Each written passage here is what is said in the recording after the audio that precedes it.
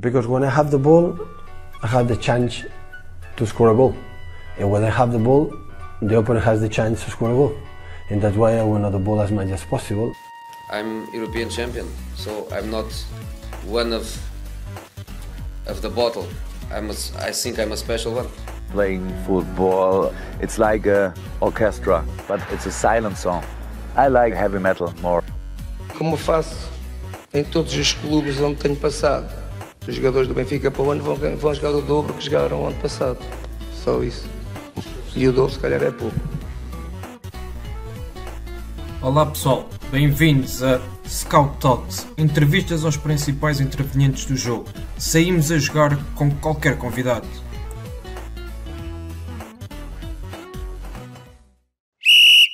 Olá Sérgio, bem-vindo ao Scout Talks. É um gosto enorme tê-lo aqui connosco e esperemos que seja mais um episódio de partilha de conhecimento e daquilo que tem sido o teu percurso e o trabalho atualmente no Farense. Olá Francisco, para mim é um grande prazer estar aqui a poder partilhar com vocês tudo aquilo que foi a minha experiência profissional até ao momento e tudo que são ideias e conteúdo relacionado com o futebol, porque no fundo é essa a grande paixão que nos une a todos nós que gostamos muito desta modalidade, não é? deste desporto que para muitos é uma profissão, é uma forma de vida, como é o meu caso. Não é? Exatamente. E por falar em paixão e aquilo que nos une, como é que começou este teu gosto pela área do treino e do futebol em geral? Sim, a minha vida sempre foi futebol. Né? Eu, enquanto criança, os meus pais estavam emigrados na Suíça. O meu pai era diretor lá de um clube em Zurique, que era o centro lusitano de Zurique. E quando nós íamos de férias a Zurique, eu e o meu irmão, normalmente acompanhávamos na realização dos jogos, acompanhávamos o evento do jogo e isto quando nós tínhamos 5, 6 anos, 7 anos, e nesse sentido foi desde muito cedo que começou o meu contacto com o futebol, a paixão do futebol. Depois pelo meio, antes dos 10 anos, ainda houve outras modalidades, atletismo, voleibol, houve outras modalidades na escola, mas desde cedo eu comecei a jogar. Comecei a jogar também na formação do clube, um clube da minha terra, que era o Futebol Clube da Mares, um clube que estava na terceira divisão, naquela altura. Depois joguei na formação do Braga, tentei jogar ao nível alto, mas fiquei-me apenas por esse nível foi terceira divisão, o máximo que eu consegui, o que eu atingi, e distrital, até ao momento que fui para a universidade, para Rio Maior, onde o primeiro ano da universidade ainda joguei lá na União de Santarém. Era uma equipa que atualmente está no CNS, mas naquela altura estava no distrital, e começou desde muito cedo. A minha vida sempre foi isto, foi sempre trabalhar no futebol, viver o futebol desde a minha infância, a minha adolescência. Por isso foi desde muito cedo que começou esta paixão, não é? Ou seja, foi algo natural depois. Sim, foi algo natural, foi algo que como todos os jovens, não é? Ou a maioria, uma grande parte dos jovens que gostam de futebol, que gostam de jogar, começa como praticante e que foi interrompida de uma forma lógica, porque a carreira de jogador de alto nível é preciso ser bem estruturada, é preciso dar os passos certos, é preciso ter as oportunidades também. E a minha, até aos 20, 21 anos, acabou por não seguir essa sequência natural para chegar à elite, não é, de um jogador de futebol, e então acabei por tomar uma decisão de buscar o conhecimento em relação a outra área dentro do futebol, a área técnica, mas todas elas estão relacionadas, a área técnica, a área do praticante, do atleta, do jogador, por isso foi de uma forma natural. Sem dúvida. falando aqui já mais na área técnica, tu foste observador na Naval, na Académica, no Braga, no Sporting. Quais é que eram as funções que desempenhavas e, de certa forma, como é que este trabalho te ajudou a evoluir depois na área do treino para seres o treinador que és hoje em dia? Sim, eu comecei na área da análise de jogo, uma área que em 2005, não é? Estamos a falar há 15 anos atrás, 2006, uma área que não estava extremamente desenvolvida como é hoje. Lembro perfeitamente como é que estava essa área, como era essa área. E foi uma área que eu comecei na Naval, na Primeira Liga, quando a Naval estava na Primeira Liga, mas foi a área que me colocou no futebol profissional. Eu comecei no futebol profissional na área técnica com 23 anos, a ter essas experiências ao mais alto nível. Trabalhava também como treinador de infantis, no Sport de Lisboa e Cartaxo, ainda ligado à universidade, em Rio Maior. E depois fui para a Académica dentro das mesmas funções. E depois no Braga exatamente as mesmas e no Sporting também. Durante esse percurso havia momentos em que houve épocas em que exclusivamente eu tinha essas funções da análise de jogo, outras que tinham uma intervenção mais próxima daquilo que era o processo de treino. Isso aconteceu na Académica, com o Domingos Paciência, o Mister Domingos, primeiro até com o Mister Manuel Machado. Começou com ele, que ele deu uma oportunidade de ir para o campo. Foi ele que me deu essa oportunidade no futebol profissional de poder participar naquilo que era o processo de treino e depois, consequentemente, quando o Domingos assumiu a Académica nesse ano, não era um processo tão interventivo, mas estava diariamente no processo, estava no jogo. Então, o meu processo como observador, como analista, né, como pessoa responsável pela análise de jogo, quer dos adversários, quer da nossa equipa, nunca houve momentos que era bem mais abrangente, né? Mas para mim foi fundamental. Tudo isso começa muito antes, na universidade. A universidade para mim deu-me a teoria, trouxe-me conhecimentos bastante profundos de vários autores, tanto da região centro, não é? A região de Lisboa, das universidades que existiam em Lisboa, as históricas universidades de Lisboa, como da região norte, não é? Das históricas universidades a norte, nomeadamente no Porto, não é? Que nós temos pessoas como o Vítor Frade, vários autores que publicam documentos, livros, e nós em Rio Maior absorvíamos muito do conhecimento, porque eu penso que foi a primeira especialização, o primeiro curso específico que foi criado, foi relacionado com o futebol, foi em Rio Maior.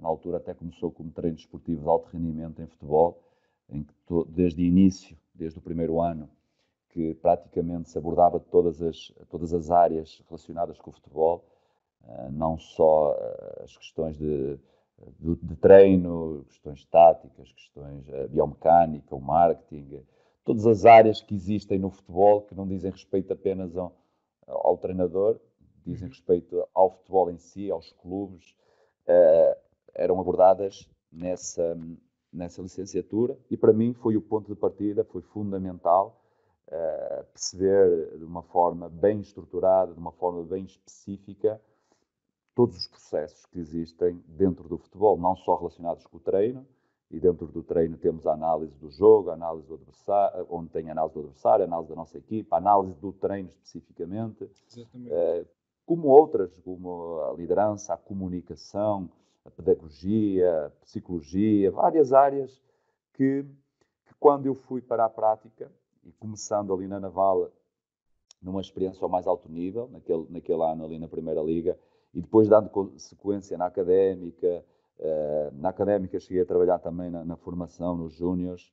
Cheguei a ser treinador também de um clube da região de Coimbra, o Condeixa, onde orientei uma equipa de júnior também. Depois, ao mesmo tempo que estava na Académica, também com os séniores, dividi esse tempo.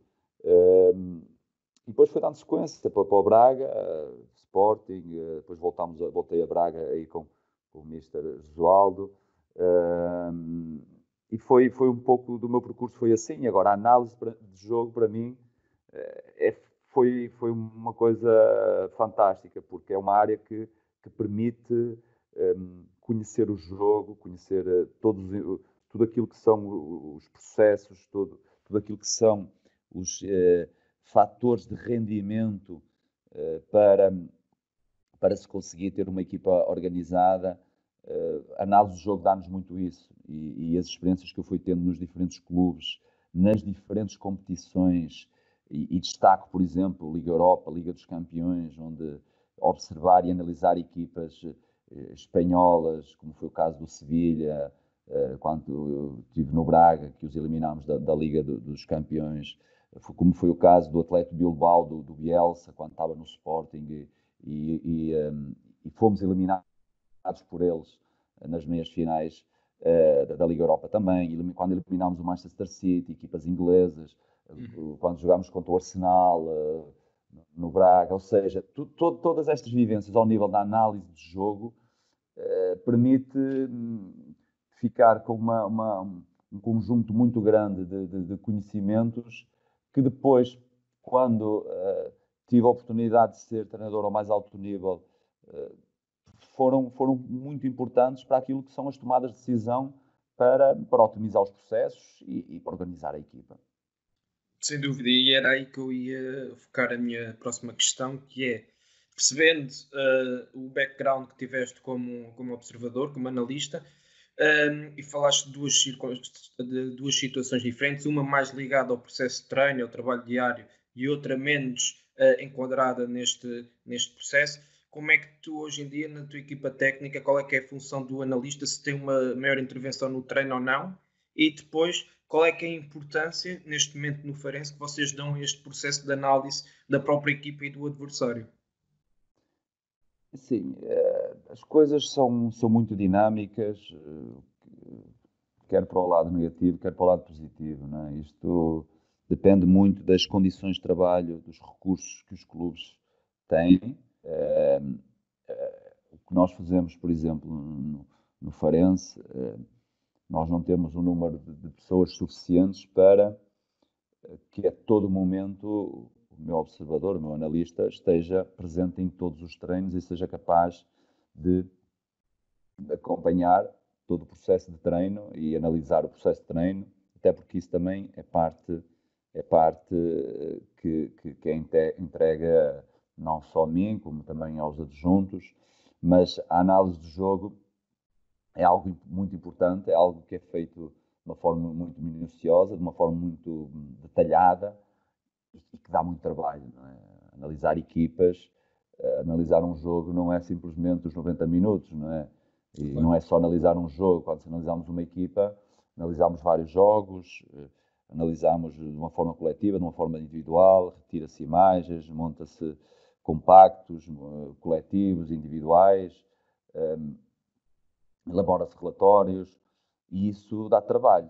Quando se trabalha em equipas que têm um departamento de análise de jogo que tem 3, 4 pessoas, provavelmente quem está mais próximo do treinador principal poderá ter um acompanhamento mais permanente no processo de treino. Para mim é o ideal. Eu tive essa felicidade de estar presente constantemente na maioria de todas as minhas experiências com os treinadores com quem trabalhei, e eu acho que é muito importante porque os olhos de um observador, de um analista, tem que ter os seus próprios critérios, sem dúvida, a sua opinião crítica, e isso é algo que faz parte e eu gosto que assim aconteça, mas os grandes conceitos, né, os grandes princípios têm que ser uma diretriz do modelo de jogo, das principais ideias do treinador, né? E neste caso é isso que eu também tento que aconteça, né? Agora, tudo isso o tempo de proximidade durante, por exemplo, uma semana de trabalho, pode ser mais ou menos em função do conhecimento que os profissionais vão adquirindo entre si, né? Se o treinador já trabalha há muito tempo com aquele analista, com aquele observador, ele já sabe aquilo que o treinador vai querer, né? Neste caso, é o que acontece um pouco aqui connosco, né? Sem dúvida. Isso é uma visão interessante e que acaba por, também ao fim e ao cabo, acaba por depender do contexto e das condições e dos meios que o próprio clube também dispõe.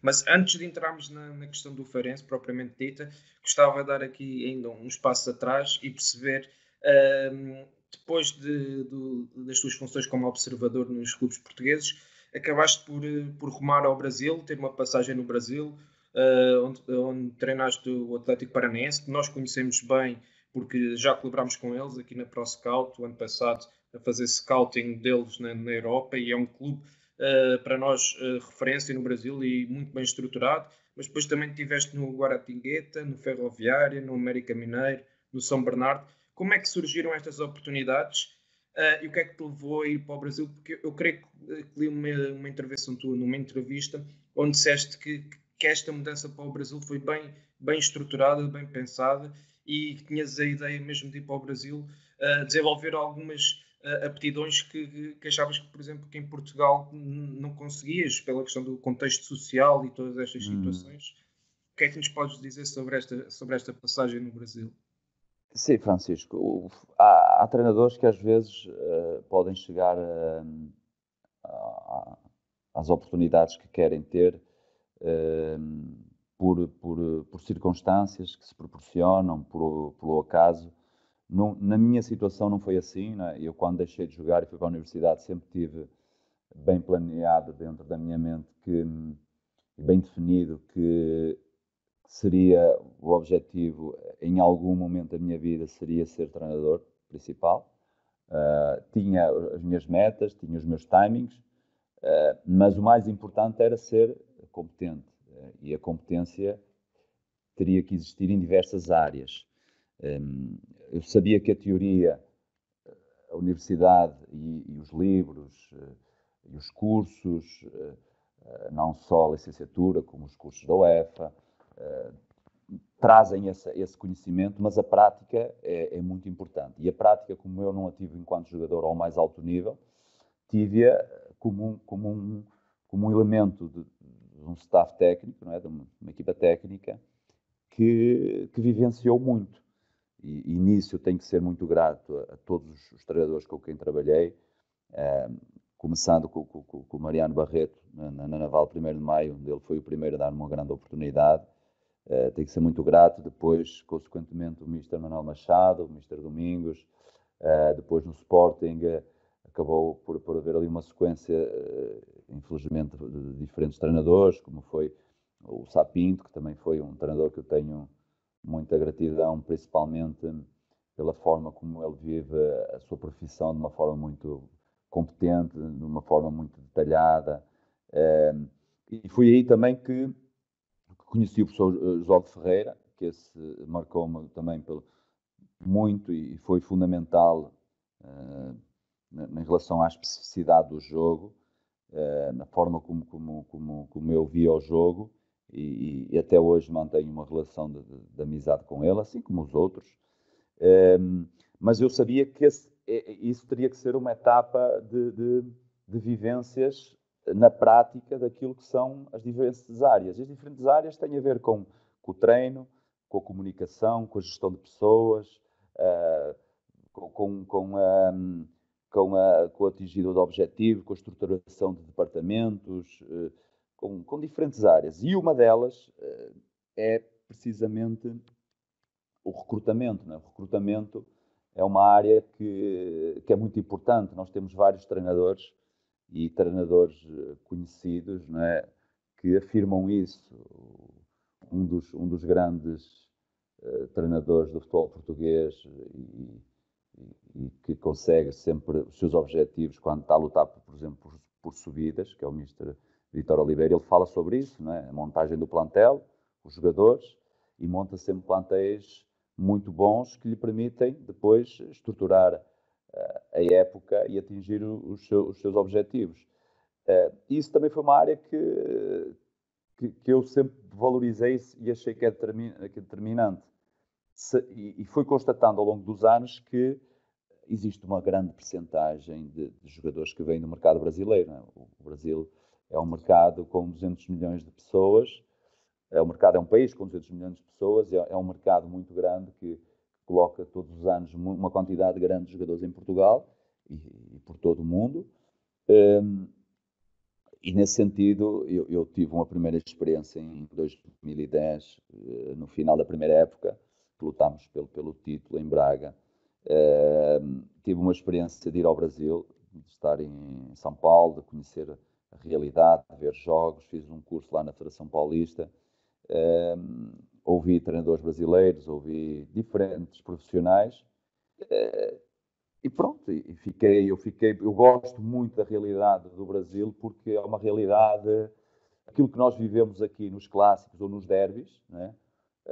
No nosso país, lá vivemos todos os fins de semana. Os estádios estão cheios, a população é muito grande, existem 14, 15 grandes clubes, a pressão é enorme lá, a imprensa existe de centenas de órgãos de comunicação social entre televisão, rádios, blogs, sites, existe muita quantidade e isso para um profissional saber lidar com tudo isso é muito, muito importante.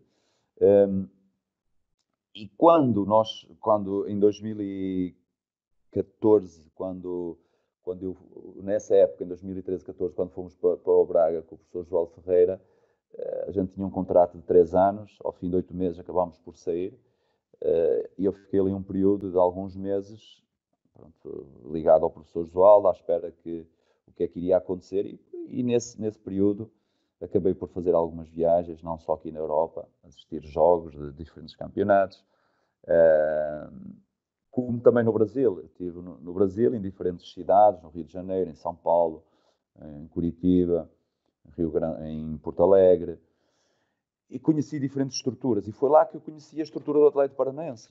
O Atlético Paranaense não é um clube qualquer. O Atlético Paranaense é um clube dos mais modernos a nível mundial. É um clube que tem uma arena com um teto de fechar quando as condições climatéricas não ajudam. Tem uma academia com 10 campos de treino, hotel, tem isso aí na internet, vocês podem ver isso, que é um clube extremamente moderno. Tudo que existe de mais moderno o clube tem, a nível da fisiologia, a nível de nutrição, a nível clínico, a nível de condições de trabalho, eles têm. E tinham muito essa cultura de trazer profissionais de fora do país. Eles tinham a Exos, né, uma empresa norte-americana ligada à área do treino, né, do trabalho físico. Tinham um profissional inglês, outro escocês, um norte-americano, um alemão, e iam trazendo conhecimento de fora. Até nos próprios treinadores, eles já tiveram lá o Lothar Matthaus, tiveram um espanhol que é Miguel Ángel Portugal, penso eu. Exatamente, espanhol. Isso. Miguel Ángel, sim. Pois. E eu fui fazer uma simples visita à estrutura e na altura, ao trocar ideias com o diretor, suscitei interesse deles por todas as minhas vivências e pronto, depois surgiu o convite, de uma forma natural. No final desse ano surgiu um convite, 2014, e iniciei lá em 2015 a época trabalhando com todas as categorias, desde o sub-15 até a equipa principal, trabalhando individualmente, trabalhando por setores, organizando a equipa também por setores, principalmente no aspecto tático, passando conteúdos. Trabalhei lá com vários jogadores que depois acabaram por vir para aqui para a Europa, como foi o caso do Marcão, que está agora no Galatasaray, que era do Rio Ave, do Chaves, o caso do Renan Lodi, que está no Atlético de Madrid, o lateral esquerdo, entre outros, o Otávio, que está no Bordeaux. Muitos jogadores que estão aí na Europa que eu trabalhei com eles lá, porque o Atlético Paranaense é um clube que aposta muito na formação. Tinha um projeto de ser campeão do mundo um projeto de ser campeão do mundo com 65% ou 70% dos jogadores formados no clube. Então encaixou perfeitamente naquilo que eu queria, que era vivenciar a realidade de perto, ter um conhecimento mais profundo daquele mercado e depois conquistar o meu espaço dentro do futebol. Aquilo durou 3 meses, porque rapidamente me convidaram para ser treinador do Sub-23, onde entramos num campeonato estadual. Depois orientámos, eles fizeram uma parceria, era um clube satélite, o Guaratinguetá, que era um clube de São Paulo, que estava na Série C, onde os miúdos dos Sub-23, que tinham uma idade, a média de idade era 19 anos, fui jogar por esse clube na Série C, e a Série C no Brasil, nesse ano, tinha o Fortaleza, que metia 60 mil pessoas no estádio, tinha o Juventude de Caxias, tinha o Guarani, tinha várias equipas históricas que permitia estimular aqueles jovens de uma forma como, por exemplo, os nossos cá em Portugal, do Benfica B, do Porto B, do Sporting B, quando estava na segunda Liga, do Vitória de Guimarães B, quando estava na segunda Liga, muito próximos desses estímulos que eles têm também cá, não é? Porque sabemos que jovens com 18, com 20, com 19 anos serem estimulados num processo exigente como é a segunda Liga, certamente vão encurtar etapas no processo de maturação deles. E eu vivi esse processo lá, no Sub-23 do Atlético. Depois, com a troca do comando técnico da equipa principal, também assumi a primeira equipa, no Campeonato Brasileiro, na Série A e na Sul-Americana. Eles depois acabaram por contratar um treinador mais velho, um senhor, e acabei por ser enquadrado no outro projeto que eles tinham para o ano seguinte. Foi a Ferroviária, no Campeonato Paulista, que é o campeonato mais importante do Brasil, o estadual mais importante do Brasil no primeiro semestre, onde fizemos também um trabalho fantástico, que teve um grande destaque, não só pela forma como a gente jogava e dominava os jogos, como também a nível social. Aquilo saiu uma entrevista do Lula, ou não foi uma entrevista, foi apanhado um áudio, ele a falar sobre mim, sobre a forma como a Ferroviária estava naquele momento, que estava muito bem, e foi aí que houve um destaque grande, que comecei a ser mais falado, mas sempre pelos motivos do trabalho e da competência. E depois foi uma série de experiências. No América Mineiro não foi fácil, porque entrei no meio da competição, e as equipas que não estão preparadas na Série A, que não são grandes e não estão preparadas, ou vão passar dificuldades, ou têm que se reestruturar ao longo da época. E o América é uma equipa pequena na Série A, é a terceira equipa de Belo Horizonte.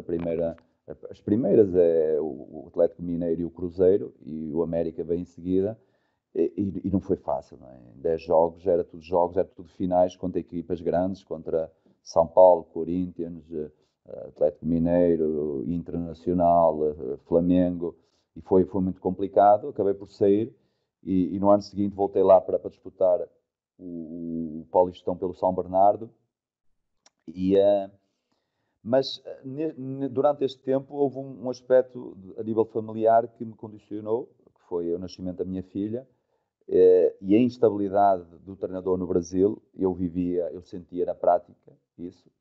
Eu acabei por reformular um pouco aquilo que eram os meus objetivos pessoais, profissionais, e quando senti que a estabilidade era enorme, acabei por voltar a Portugal, ter a oportunidade de começar na Primeira Liga pelas portas do Moreirense, e reorganizar um pouco aquilo que eram os meus objetivos profissionais. Muito bem, antes de irmos ao Moreirense, só uma questão aqui, uma curiosidade em relação ao Brasil. Se tu sentiste, durante o tempo que estiveste lá, que em termos de mentalidades, ou seja, se já começa a existir uma evolução do futebol brasileiro. Aquilo que eu pessoalmente sinto é que há uma grande receptividade de novas ideias dos clubes e das pessoas envolvidas quererem aprender com o conhecimento da Europa e quererem beber dessa informação. Mas tu que estiveste lá muito tempo em vários clubes, se sentes isso. E a outra questão que eu também tinha era se do ponto de vista, muitas vezes existe esta ideia pré-concebida que o futebol brasileiro descura um pouco a componente tática, se tu concordas com isso ou se achas que já também tem havido evolução nesse sentido e se já não é um futebol meramente técnico e também já existe alguma preocupação em termos táticos. É assim, houve um acontecimento que mudou, que marcou aquilo que é o futebol brasileiro. Não é? O Campeonato do Mundo de 2014, a goleada que o Brasil sofreu, marcou muito aquilo que foi o pensamento do futebol dali para a frente. O pensamento das instituições, dos clubes, dos profissionais. A partir desse momento houve uma procura muito grande, não é? Por conhecimento a todos os níveis, a nível tático, a nível metodológico. Eu posso afirmar de uma forma muito convicta que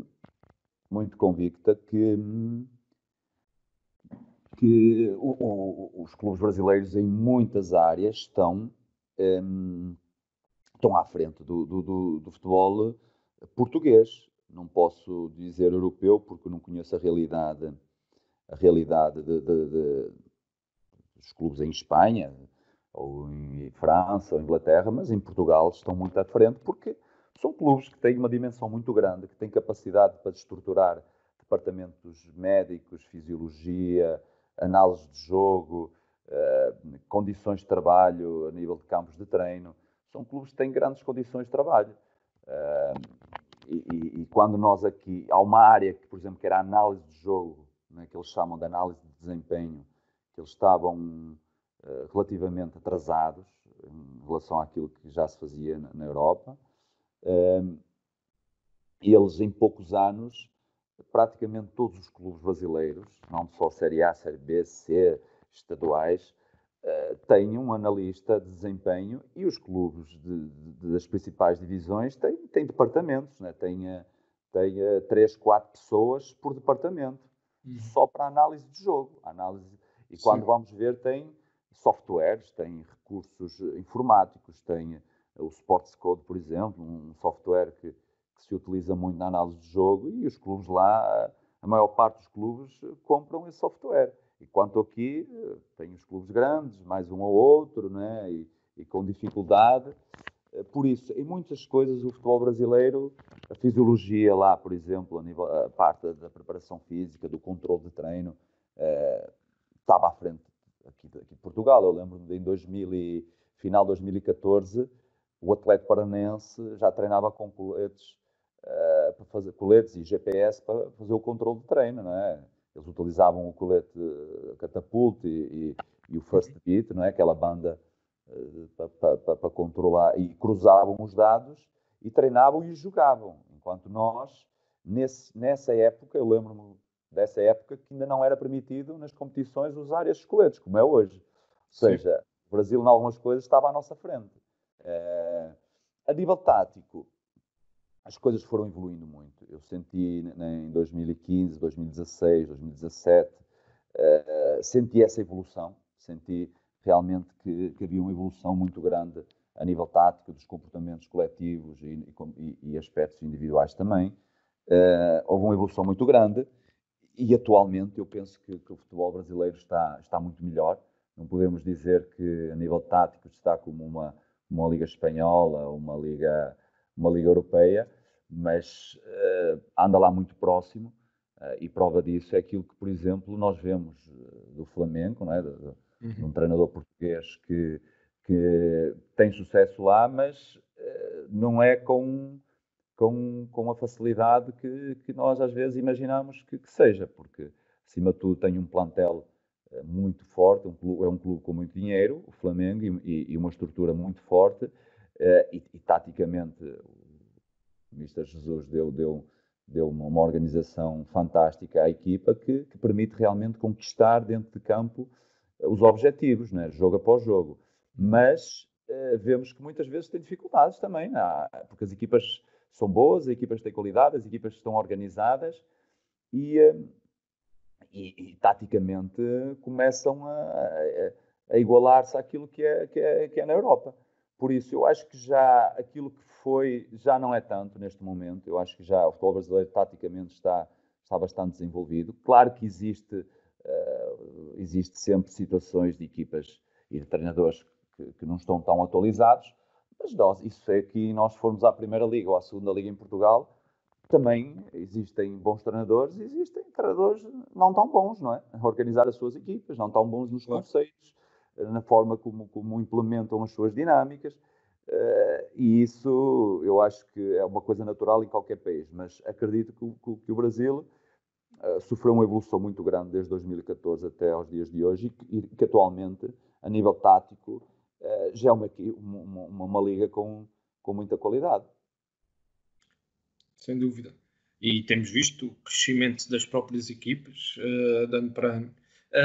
Agora, fazendo depois a ponte para o contexto da Liga Portuguesa, acabaste por sair do Brasil e regressaste a Portugal para competir na Primeira Liga com o Moreirense. Nesse momento sentias-te preparado para um desafio na Primeira Liga? Sim, eu sempre me senti preparado para qualquer desafio, não é? A questão é que os treinadores muitas vezes não veem reunidas as condições aos mais diversos níveis para se dar continuidade àquilo que é o trabalho, para se dar continuidade àquilo que é o modelo de jogo, as suas ideias, o modelo de liderança. Não veem essas condições porque o futebol, infelizmente, na maior parte das equipas, é o dia-a-dia, é a semana a semana do resultado. É o momento, exatamente, é o momento. Nós vivemos o momento. E muitas vezes a emoção sobrepõe-se à razão e isso não pode acontecer de forma lógica. E eu até recentemente ouvi alguns profissionais a comentarem sobre a questão do Klopp, não é, no Liverpool, o que é que ele ganhou no primeiro ano e no segundo, não é? Há quantos anos é que ele está no Liverpool, mas essa lógica de continuidade dos processos não existe, na maior parte dos clubes não existe, não é? E os projetos nos clubes são projetos para o momento, não é? São projetos para o momento, para os primeiros jogos, para uma sequência de jogos. Se não houver vitórias, se não estiver dentro dos objetivos, já põe tudo em causa. E isso não vem da área técnica, isso vem da área da gestão. E eu acho que a área da gestão é uma área que sofre a perturbação na sua tomada de decisão. Infelizmente, hoje em dia, sofre muita perturbação porque são influenciados pela tecnologia,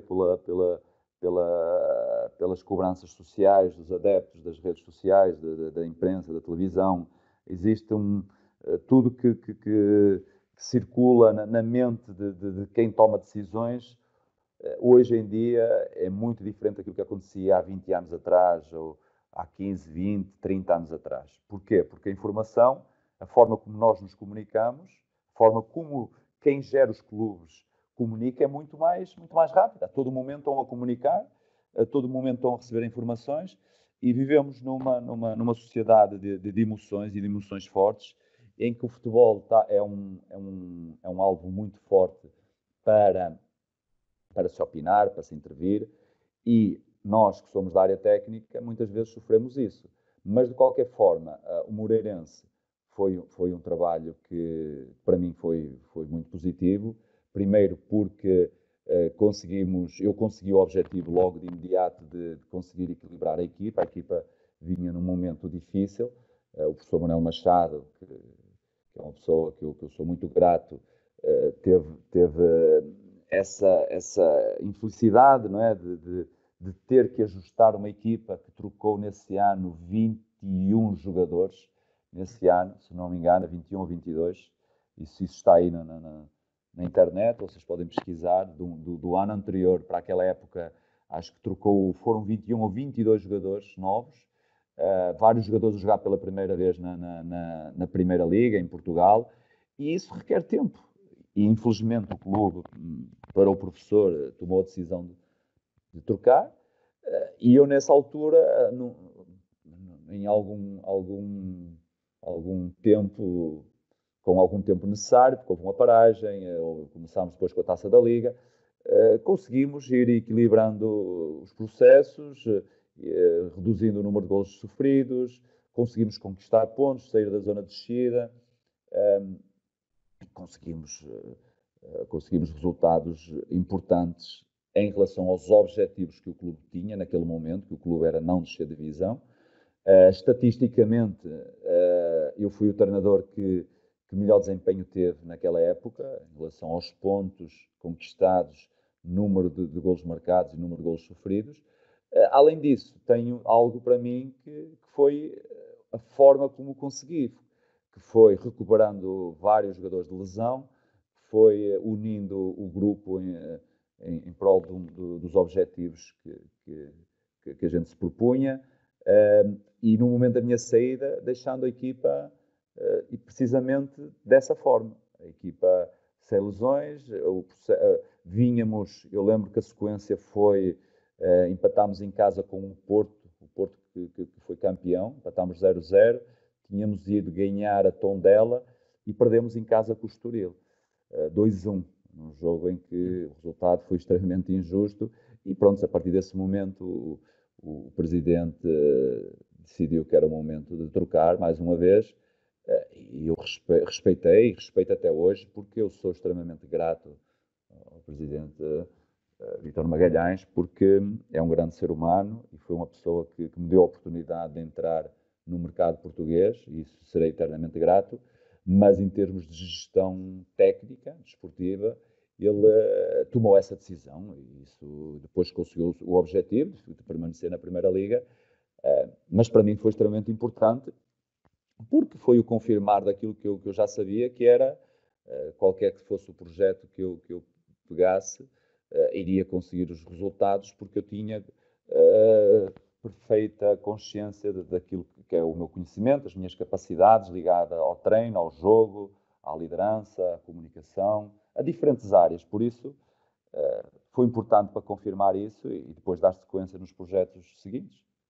Sem dúvida, e por falar nos projetos seguintes, também já referiste a questão das emoções e de alguns resultados, uma sequência negativa de resultados poder levar à troca de ciclo. Falando aqui do Famalicão, na época passada, estiveste ligado à subida de divisão, apesar de ter saído quando faltavam 8 jogos. O que é que aconteceu nesse momento para depois não levarem um projeto até ao final da época? Sim, isso tem a ver com gestão também, com gestão desportiva, tomada de decisão de quem gera. Eu não ponho, jamais irei pôr em causa, porque um treinador vê-se ao longo dos anos, não por uma época. Muitos conseguem ganhar, mas muitos poucos conseguem ganhar constantemente ou frequentemente. E eu acho que esse é o grande desafio de qualquer treinador, é ao longo da sua carreira, ter uma carreira muito mais vitoriosa do que negativa em relação aos resultados.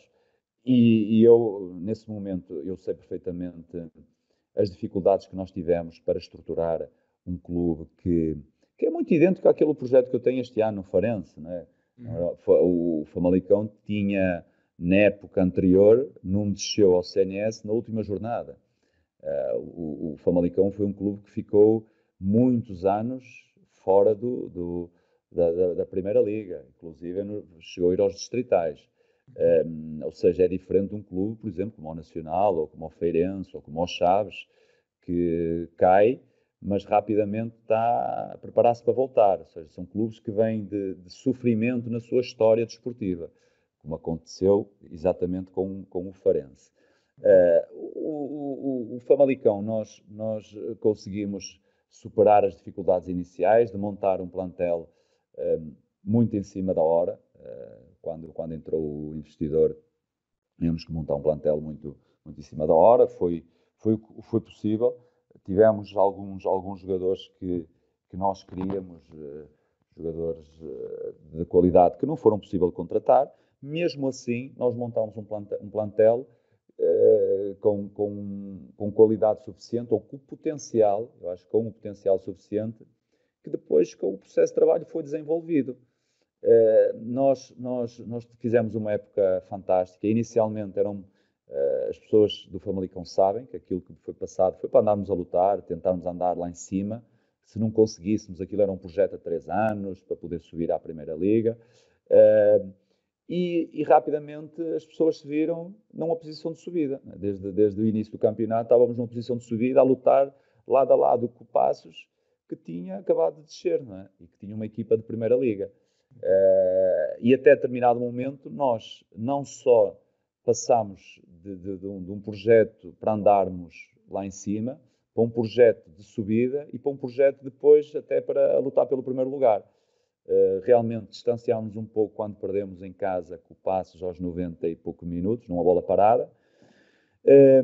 Tivemos uma fase difícil, uma fase em que nós fomos ao Porto B, sofremos nesse jogo, sofremos algumas baixas do ponto de vista disciplinar, tivemos 2 expulsões, tivemos vários amarelos, fomos para o jogo seguinte em casa com o Braga B sem o Defendi, o nosso guarda-redes, sem o Capela, sem os nossos 2 laterais titulares, ou seja, nós tínhamos vários jogadores de fora e que condicionaram muito esse desempenho.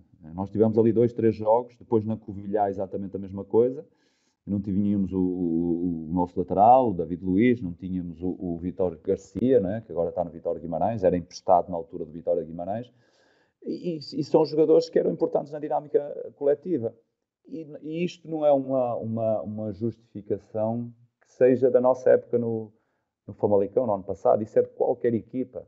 Qualquer equipa que perca jogadores importantes vai sofrer com isso. E nós vemos nos clubes grandes, quando se tira 2, 3 jogadores que são importantes na dinâmica, os clubes sentem isso. E depois são alvos até de discussões públicas nos mídias, porque é que está a acontecer, as equipas são feitas de jogadores com qualidade. E qualquer equipa pode sentir isso. E nós naquele momento sentimos, claramente. E pronto, porque estava tudo planeado para uma etapa final em que nós teríamos todos os atletas que iriam regressar não só de lesão, como também os castigados. Eu lembro de nós termos 6 jogadores importantes de fora, nessas jornadas que aconteceram, esses resultados negativos, que depois voltaram depois na paragem que houve para a seleção, foi aí que houve a troca de treinador, e que voltaram esses jogadores também, e a partir dali fizeram uma campanha que também merece ser destacada, né, de 8 jogos, mas foram 8 jogos finais, né, porque até lá, em 26 jogos, nós andamos sempre em lugar de subida e passámos muitas dificuldades, e elas são públicas, não é? Desde de treinar em Ribeirão, desde treinar na academia no sintético, desde a troca do relvado do estádio municipal.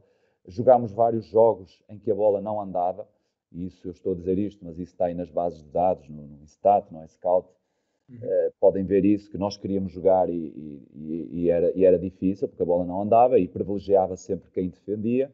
Mas mesmo assim, nós tivemos essa campanha que encheu os estádios, né? No início da época não era assim, e nós com os resultados nós trouxemos para nós, as pessoas que gostavam, amavam muito o Famalicão, trouxemos, e os adeptos foram fantásticos, pessoas fantásticas que nos acompanharam em casa, fora, apoiavam sempre a equipa, e então eu acho que eu, especialmente como treinador, como líder, tive um papel extremamente importante naquilo que foi a campanha da subida. Agora, depois a tomada de decisão num momento em que as coisas correm menos bem, isso está dentro da mente de cada dirigente, de ser é capaz de aguentar, de ser é capaz de ser equilibrado emocionalmente nesse momento, ou não, ou tomar uma decisão diferente. Não quer dizer que depois dessa decisão vá ser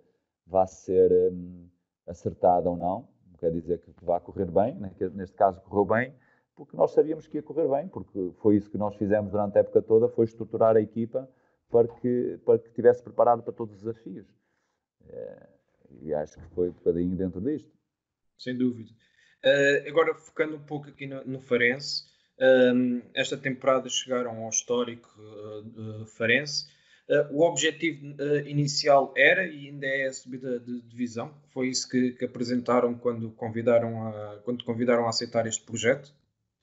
Sim, nós no início, quando nos sentámos, eu escolhi o Farense porque é um dos históricos também do futebol português, assim como era o Famalicão, e permitia-me a mim, enquanto treinador, continuar a ser colocado à prova e a continuar-me a estimular-me a nível das minhas capacidades, com uma pressão grande por parte dos nossos adeptos, por parte da nossa estrutura, por parte dos mídia, porque é assim, nos grandes, é isto. Né? E quer o Farense, quer o Famalicão e outros clubes que existem no nosso país são grandes. Grandes porque têm grandes massas adeptas, representam regiões, muitas vezes, e neste caso, isso coloca no dia-a-dia uma pressão grande. E o Farense, desde o início, que se colocou num grupo alargado de equipas que estavam na segunda liga com objetivos de tentar subir. Nós nunca dissemos que o nosso objetivo era subir, não? O nosso objetivo era lutar, porque como é que nós podemos dizer que é subir se nós temos o Nacional que acabou de descer, o Feirense que acabou de descer, o Chaves que acabou de descer, o Estoril que desceu há 2 temporadas atrás. Nós não podemos dizer que não, porque os outros também, isto é um jogo, o futebol é um jogo e temos adversários pela frente. Agora, nós vamos tentar lutar para isso. E foi o que aconteceu. Nós estivemos desde o início a lutar. Aliás, nós superámos essas expectativas. Nós não só estivemos a lutar para subir, como estivemos em lugar de subida. E fomos a equipa que mais tempo passou em lugar de subida. Foi a equipa que mais tempo passou em primeiro lugar. Perdemos a igualdade pontual que tínhamos com o Nacional, com este empate em Matosinhos. Mas, por exemplo, das 4 primeiras classificadas, somos a equipa que, das 4, 3 delas, 2 estiveram no ano passado na Primeira Liga e uma teve há 2 temporadas. E mesmo assim, nós fizemos o campeonato que estamos a fazer. Por isso, tem semelhanças com o Famalicão. É um clube histórico, é um clube que definiu desde o início voltar a ser grande e está-se a estruturar para isso. Fez um processo durante esta época muito importante a esse nível. A nível técnico e dentro das 4 linhas, foi-se conseguindo resultados muito importantes, com maior ou menor dificuldade, mas foi sempre em função das circunstâncias que foram possíveis, não é? de realizar, quer o processo de treino, quer os jogos, e acho que estamos a passar com distinção aquilo que foi os objetivos definidos. Não é? Sem dúvida, estão a fazer um excelente trabalho. Sérgio, tu falaste da questão inicial, quando focávamos aqui noutros pontos, sobre o recrutamento, e deste o exemplo do Vítor Oliveira. A minha questão é precisamente esta, ou seja, quando vocês chegaram ao Feirense no início da época, tiveram esta liberdade para definir os reforços que queriam para alcançarem os objetivos propostos. E na vossa opinião, como é que deve ser composta uma equipa na segunda liga que deseja atacar a subida de divisão? Se deve ser um misto entre a juventude e experiência, ou os jogadores mais experientes, daquilo que é a tua experiência, o que é que isso te diz? Sim, Francisco. Naturalmente, eu sou um treinador que gosto muito de trabalhar em equipa, né? De ouvir, de ser ouvido. Não gosto do tipo de dirigentes que ouve por ouvir e depois toma as decisões que quer. Isso é muito difícil, porque a cabeça que está sempre em cima da mesa, não é? A cabeça, o lugar, quem está muito exposto é o treinador. Eu acho que uma questão de respeito e de lógica, no mínimo, tem que ser um trabalho em equipa. E montar um plantel não é fácil, não é? Porque existe sempre diferentes opiniões dentro de uma estrutura, mas com diálogo, com comunicação, com argumentação, o que tem que prevalecer sempre é a qualidade do atleta, é também aquilo que é a diversidade e a complementaridade de um grupo, de uma equipa, e nesse aspecto, quando perguntas-me como é que deve ser montado um plantel, o fator número 1 é a qualidade. E a qualidade, nós temos que ter a capacidade para ver qualidade, não é? Nem toda a gente vê qualidade, não é? Porque se víssemos qualidade, toda a gente detectava, encontrava os jogadores, não é? Todos os profissionais conseguiam ver o mesmo. Até porque muitas vezes a qualidade só aparece quando é potencializada, não é? Para mim, eu considero sempre que há jogadores que têm potencial e depois nós transformamos esse potencial em qualidade. E a força do coletivo muitas vezes, ou quase sempre, potencializa os jogadores para que depois se veja realmente a qualidade que eles têm. E nesse aspecto nós conseguimos fazer realmente um misto aqui de jogadores com alguma experiência, com jogadores mais jovens, jogadores que estavam à procura do seu espaço, e acho que é a junção das duas que acaba por trazer um desempenho ao longo da temporada mais equilibrado. Agora, nós não, se vai ser 60% dos jogadores com mais experiência e 40% de jogadores mais jovens, isso é muito subjetivo, né? Porque às vezes um jogador com 20 anos ou 21 ou 22 tem uma experiência muito maior, é muito mais maduro que um jogador com 30 ou 33, depende do conjunto de experiências que ele tenha, não é? Ou seja, isto é sempre muito subjetivo, a questão da idade. Eu pegava mais na questão da maturidade, perceber até que ponto eles têm maturidade para depois se misturar, não é? Se equilibrar dentro de um plantel com jogadores que não tenham tanta maturidade, não é?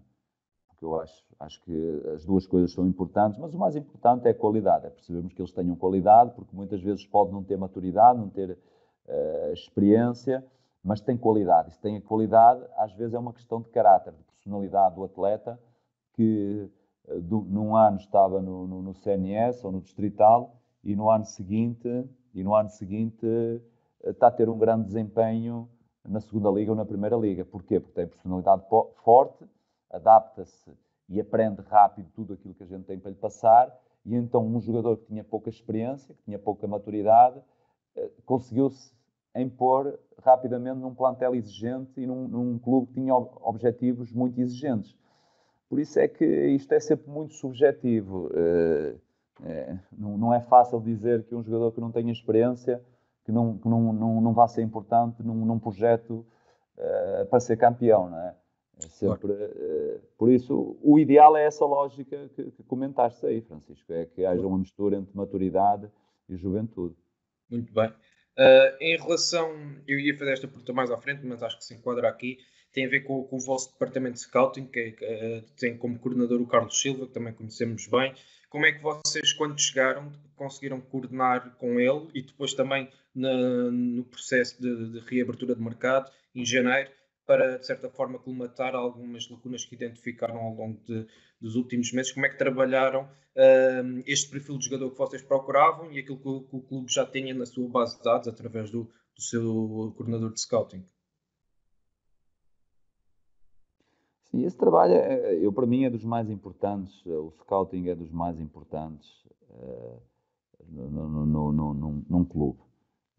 É um trabalho muito minucioso, é um trabalho muito exigente de detectar jogadores que sejam importantes para aquele clube, para aqueles objetivos, para aquele perfil. E nesse sentido, nós aqui, sendo o clube que está-se a estruturar aos poucos, né, está a voltar a ter uma estrutura digna de clube grande, não é? E é um clube que tinha as suas próprias informações, a nossa estrutura tinha essas informações de jogadores, de soluções. Foi um trabalho em conjunto, foi um trabalho em que, quando chega algum nome, por alguma sugestão de algum agente, de algum empresário, todos nós avaliamos. Não é só o treinador, não é porque o treinador quer, Nem eu quero que assim seja, né? Eu quero que eu passe o nome, mesmo que sejam jogadores que eu já tenha trabalhado, olha, eu sugiro esse nome, mas passo para a avaliação do clube, da estrutura do clube, porque nós temos de estar em sintonia, não é? Eu acho que temos de estar em sintonia, e depois desse jogador ser sujeito a uma avaliação, nós também temos que reunir para abordar esse tema em conjunto e podermos chegar a uma conclusão se realmente contratamos ou se não contratamos.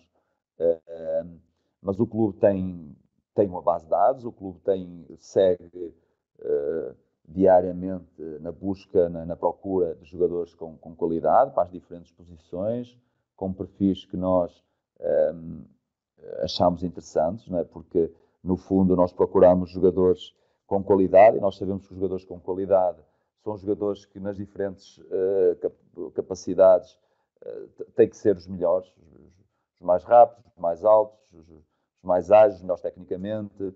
O ideal é que a gente encontre jogadores assim, não é? Porque não são só os clubes de top, os clubes de Primeira Liga, ou os grandes clubes de qualquer liga, que às vezes podem ter os melhores, porque os melhores muitas vezes também começam em ligas, em divisões inferiores. Então, o nosso foco também tem que ser encontrar os melhores. E talvez encontrar os melhores antes que os grandes clubes os encontrem. E é assim que eu acho que nós temos que trabalhar. O mercado de janeiro é um mercado particularmente mais específico. É um mercado em que não dá para fazer grandes apostas. O jogador tem que vir preparado, né, naturalmente. Não dá aquele tempo de adaptação. É um jogador que chega e tem que saber para o que é que vem, porque é diferente do mercado de agosto, né, do mercado de julho, que o jogador chega, faz a pré-época, entra num jogo de Taça da Liga, entra na primeira jornada, segunda jornada, os objetivos ainda estão longe de ser conquistados, enquanto em janeiro não. Em janeiro já tem vários meses em cima, não é? Já decorreram vários meses, os objetivos estão próximos de ser conquistados, não é? Faltam 3, 4 meses para terminar a temporada e o jogador que chega tem que estar preparado, a não ser que o objetivo do clube seja um objetivo que já esteja praticamente alcançado, seja um objetivo que o clube não sobe, não desce, era aquele objetivo, já está muito próximo de ser alcançado, então em janeiro faz uma aposta de um jogador que venha para ainda se integrar, para se desenvolver, para ser estimulado, para depois ser aposta na época seguinte. Mas, no nosso caso, foram jogadores que já estavam preparados, já tinham conhecimento, já tinham experiência e pronto, e conseguimos realmente ir ao mercado dessa forma. Sem dúvida. E os melhores jogadores também varia do contexto para contexto. Por falar em contexto, era aqui que eu também queria chegar, juntando aqui duas questões finais sobre o Farense. Numa entrevista que eu vi recentemente que deste, dizias que antes de chegar a um clube é preciso conhecer o contexto e onde é que o clube está. E a minha questão é como é que vocês se prepararam a esse nível para o desafio no Farense e, de certa forma, se vocês adaptaram a vossa ideia de jogo e o vosso modelo com aquilo que conheceram do Farense e, em traços gerais, como é que descreves o vosso modelo de jogo? Francisco, naturalmente que nós temos que fazer o nosso trabalho de casa antes de chegar a qualquer campeonato, qualquer equipa, né? Temos que entender a sua história, temos que buscar informações acerca dos profissionais que já estão nesse clube, quer seja jogadores, quer seja estrutura, perceber qual foi o historial, o que é que aconteceu nas épocas recentes, todos os níveis. Temos que buscar isso, temos que estar preparados para isso. Isso acho que é um trabalho muito importante para nós percebermos com quem estamos a lidar, para percebermos, por exemplo, no caso dos jogadores, que qualidade é que existe, porque normalmente um treinador chega a um projeto como o do Farense e já tem um conjunto de jogadores com contrato. Ou dispensa 3, 4, 5, 8 jogadores, o que é difícil, porque os jogadores depois o clube financeiramente pode ficar lesado nesse aspecto, não é? E pode não ter essa capacidade. E além disso, os jogadores podem realmente, com outro tipo de estímulos, se for o nosso entender, o meu entender, podem render mais do que o que estavam a render até então. Então, nesse sentido, eu acho que é preciso fazer esse levantamento, prepararmos, fazer esse trabalho de casa que tem que acontecer antes de se iniciar o projeto. A outra pergunta... Era sobre o modelo de jogo, como é que adaptaram, e em traços gerais, como é que descrevem o vosso modelo de jogo? A questão aqui, em relação ao modelo de jogo, é muito simples. Eu acho que todos nós, treinadores, temos as nossas convicções, as nossas ideias bem claras e queremos o melhor para o nosso jogar, na forma como nós queremos que a nossa equipa jogue, nos diferentes momentos do jogo, né, na organização ofensiva, defensiva, nos momentos de transição e nos outros 2 momentos de bola parada defensiva e de bola parada ofensiva. Nós temos essas convicções, só que nós temos de ter a capacidade e o conhecimento para nos adaptarmos à realidade onde estamos, à competição onde estamos, aos jogadores que nós temos e, em função de tudo isso, lutarmos por aquilo que é o objetivo do clube. Eu considero, por exemplo, que fosse jogar o jogo que eu gosto, que aquilo que me mais dá prazer e até como eu comecei, por exemplo, quando no Brasil, a forma como eu colocava as minhas equipas, o que eu mais dava preferência para estimular no meu processo de treino, certamente não estaria a lutar pela subida de divisão no Farense, porque requer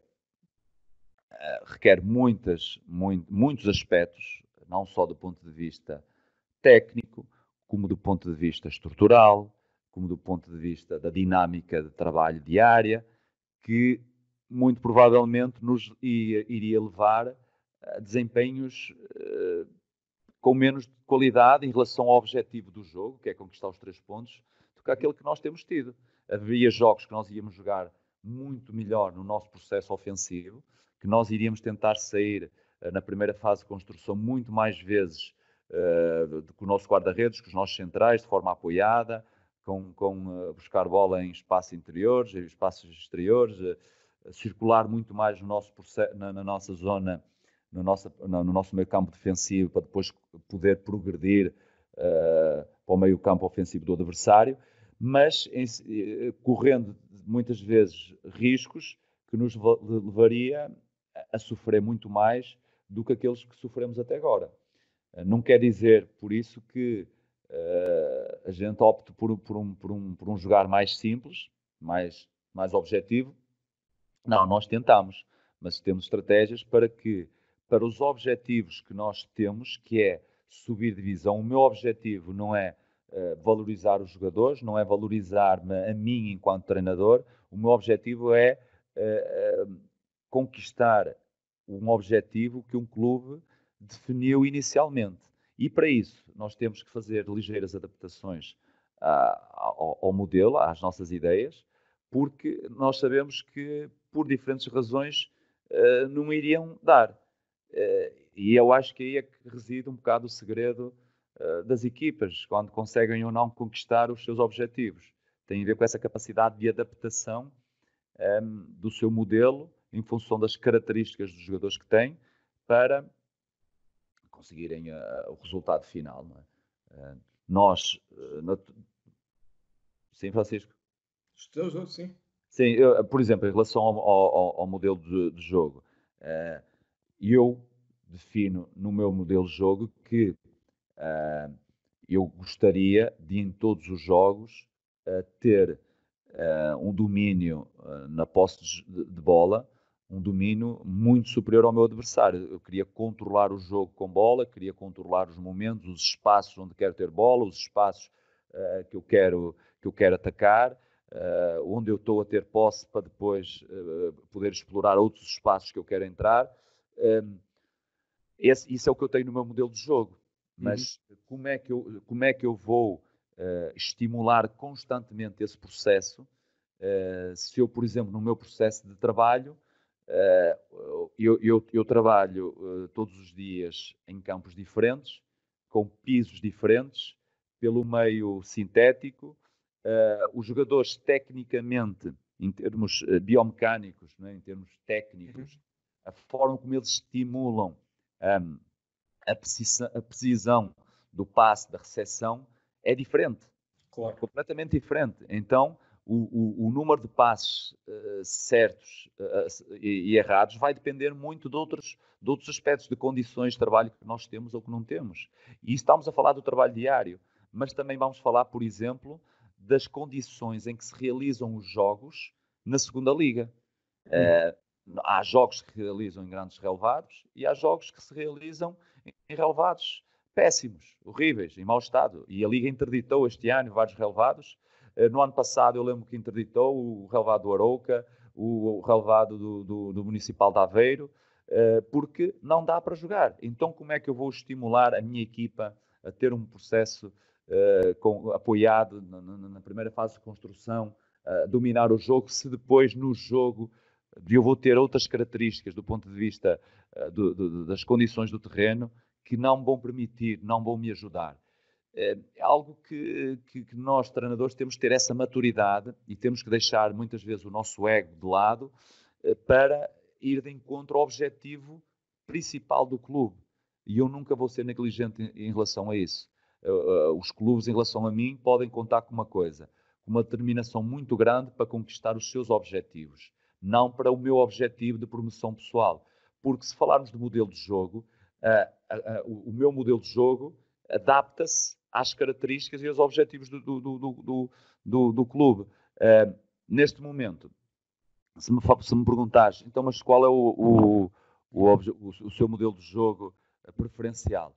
O modelo de jogo preferencial é aquele que eu consigo dominar o jogo, tendo a bola, tendo o objeto mais importante do jogo, aquele que privilegia o espetáculo, aquele que privilegia as combinações, a posse desde a primeira fase de construção, desde o nosso guarda-redes, controle dos ritmos de jogo, criar jogadas de forma apoiada até o último terço, criar várias situações de jogo, envolvendo os nossos laterais, envolvendo uma dinâmica muito grande dos nossos médios, colocando vários jogadores em zonas de finalização, tendo um processo de reação à perda de bola, da transição defensiva muito forte, muito agressivo, um equilíbrio muito grande nos jogadores que ficam na zona do meio-campo, no momento em que nós estamos a criar essas situações já próximas da baliza do adversário e dessa forma, reagindo de uma forma muito agressiva à perda de bola, voltarmos a ter novamente, quando a perdemos, voltarmos a recuperá-la muito rapidamente.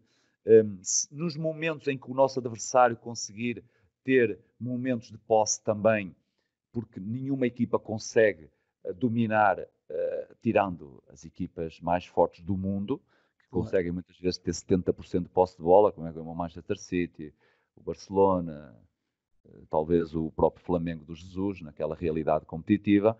Tirando essas equipas, todas as outras passam por momentos que também têm que defender, não é? E nesses momentos que têm que defender, saber onde é que tem que defender. No meu caso, eu gosto de defender com mais longe possível da minha baliza, tendo um controlo grande da profundidade, interagindo com as trocas posicionais a nível das coberturas, tendo sempre o espaço central bem equilibrado e bem protegido, condicionando o seu adversário logo na sua primeira fase de construção, levando-o ao erro. E se o adversário conseguir progredir no terreno de jogo, no momento em que nós ganharmos bola, também conseguir ter a capacidade para ter transições rápidas, para sermos muito verticais, que com poucos toques na bola a gente consiga chegar rapidamente à baliza do adversário e consiga fazer golos. Isto, em relação aos 4 momentos do jogo, é aquilo que eu mais... É a forma ideal, não é? Assim, de uma forma muito rápida, para mim é o ideal, é o mais espetacular que existe no futebol. Agora, os meus jogadores, todos eles estão preparados para isto. As condições que eu tenho de trabalho diárias estão preparadas para isto. O risco que eu vou correr em tentar implementar isso vai-me dar, fim de semana após fim de semana, 3 pontos para eu conquistar o objetivo do clube. Não sei se eu colocando, tentando ir à procura desta forma de jogar mais completa, mais espetacular, se depois vou conseguir os objetivos do clube ou não. Percebe? Claro. Por exemplo, em relação aos outros 2 momentos, a bola parada ofensiva.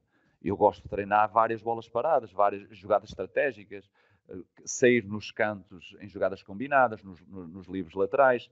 Mas depois nós precisamos ter jogadores que tecnicamente tenham uma precisão muito grande para fazer uma tabela, uma combinação, um desequilíbrio individual e coloquem a bola no espaço que a gente quer. Muitas vezes é muito mais simples pedir a um jogador para bater um canto ou um livre lateral e colocar diretamente lá na área, porque nós temos 3, 4 jogadores ou 5 jogadores que são altos, são fortes no jogo aéreo e eles vão resolver naquele espaço. E nós, com um pequeno ajuste estratégico, nós conseguimos. Agora, é mais espetacular para quem vê na bancada e para quem assiste na televisão assistir a uma jogada que sai de um canto com 3, 4 combinações, um drible e depois um cruzamento para a zona do segundo poste e devolve para a zona de penalti e faz uma grande jogada de bola parada e dá golo. Claro que é muito mais espetacular isto, mas isso depende dos intervenientes, né? E depende do número de horas de estímulo. Por exemplo, a maioria de nós está nos clubes há poucos meses. O Vítor Oliveira passa poucos meses, passa 12 meses, passa uma época só dos clubes, né? Tirando o Portimonense recentemente, que passou, penso que foi 2 temporadas, passou poucos meses. Quando nós falamos que o Klopp no Liverpool precisou de não sei quantas épocas para conseguir conquistar e fazer a equipa ideal que ele sempre objetivou, né? Que ele definiu como objetivo. Nós, para conseguirmos um objetivo de subir divisão, temos o quê? Temos 1 mês ou 2 meses, porque se não tivermos a ganhar em setembro ou a meio de setembro, já é por colocar tudo em causa. Então, no que refere ao modelo de jogo, Francisco, eu acho que nós temos de ser muito responsáveis na forma como colocamos uma equipa a jogar. Seja ela para subir divisão, seja ela para ser campeã, seja ela para lutar para não descer, nós temos que olhar aos recursos que temos, à realidade que temos e temos que ter a capacidade para jogar de qualquer forma. O treinador que só sabe jogar daquela forma é um treinador limitado. O treinador tem que ter essa capacidade de se adaptar a diferentes formas de jogar e saber interpretar isso também nos seus adversários. Na minha opinião, é isso. Eu acho que é um pouco por aqui. Sem dúvida, e acho que no final do dia o que conta depois é cumprir os objetivos que foram propostos. Eu acho que acabamos aqui em grande com uma explicação muito detalhada e muito completa daquilo que é a vossa visão sobre o modelo de jogo preferencial e depois a adaptabilidade ao contexto onde vivem. Para terminar, gostaria de fazer uma pergunta que é em relação às tuas expectativas futuras. Ainda és um treinador jovem, mas quais é que são as tuas ambições em termos de carreira profissional? Qual é que é o patamar que gostarias de atingir e num contexto de curto, médio prazo, onde é que te vês a treinar? Francisco, eu quando deixei de jogar, quando eu deixei o objetivo, o sonho de ser treinador, de ser jogador de elite, eu defini ser um treinador de elite, né? E o treinador de elite existe máximos na sua carreira que tem para conquistar, né? O máximo que existe para conquistar num treinador de elite é ser considerado o melhor treinador do mundo, não é? Assim como os jogadores. E esse é o meu objetivo, trabalhar para que isso aconteça em algum momento da minha carreira, seja daqui a 5, daqui a 10, daqui a 15 ou daqui a 20 anos, seja quando for, ter essa oportunidade de lutar para isso e conquistar isso. Para isso é preciso percorrer diferentes etapas, é preciso estar preparado para elas, mas eu sempre defini coisas grandes, objetivos ambiciosos, para que diariamente eu me prepare para eles.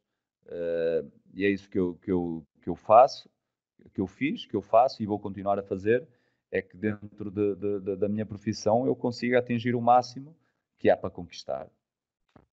E estaremos aqui a esperar que isso aconteça e e a apoiar-te neste sentido. Sérgio, muito obrigado pela tua participação no Scout Talks. Foi um gosto enorme ter-te aqui connosco, a partilhar conhecimentos nesta fase mais complicada em que vivemos devido ao vírus, e esperemos que tudo corra bem, que esteja tudo bem por aí e que a situação volte à normalidade o mais rapidamente possível para fazermos o que gostamos e estarmos com os nossos, e vocês também darem continuidade ao excelente trabalho que têm vindo a fazer no Farense e subirem em divisão. Francisco, eu é que agradeço a oportunidade, mais uma vez, de estar aqui a poder partilhar todos estes temas importantes e também desejar que realmente esta fase passe para todos, principalmente para aqueles que mais sofrem, né? Que é as pessoas mais frágeis de saúde, os mais idosos, e aqueles que principalmente a nível financeiro também, as pessoas que passam por mais dificuldades. É importante, precisamente para esses, para nós estarmos focados no nosso trabalho, é importante, mas acredito que o futebol neste momento passa para segundo ou para o último plano até. Eu acho que o mais importante é a vida da sociedade, das pessoas, que voltam rapidamente ao normal, e nesse aspecto nós temos de ser muito, muito solidários com quem está aí na linha da frente, continuar a trabalhar, as pessoas da área da saúde, da segurança, de profissões que estão aí a lutar para que a gente, neste momento, possa estar aqui a falar. Muitas pessoas estão a trabalhar, não é? E acho que é importante que a gente seja grato por isso, e dentro da nossa profissão também, que rapidamente a gente possa voltar e aqui no Farense que a gente possa conquistar aquilo que definiu desde o início e que estamos tão próximos de atingir. Sem dúvida, e que corra tudo bem para todas as pessoas nesta fase complicada e possamos voltar à normalidade do quanto antes. Mais uma vez, muito obrigado, Sérgio. E Francisco, obrigado. Aqui disponíveis para o que for preciso. Tá, obrigado, Francisco. Obrigado. Tá.